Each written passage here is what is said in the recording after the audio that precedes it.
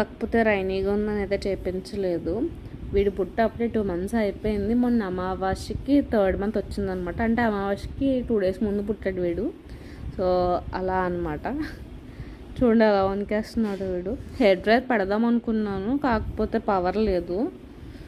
So ఇంకెలా towel పెట్టి తుడుస్తున్నాను అన్నమాట. వీడికేమో వణుకొచ్చేస్తుంది. చూడండి ఎలా సౌండ్ చేస్తున్నాడు. అమ్మో అమ్మో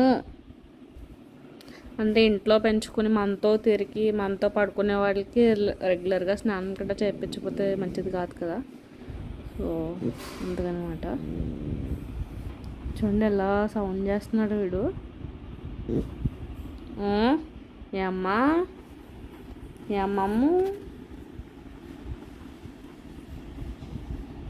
పుజ్ టవల్ కప్పుతాను. వాడిది ఇంకో టవల్ ఉంది, డ్రై టవల్, అది కప్పేస్తాను వీడికి.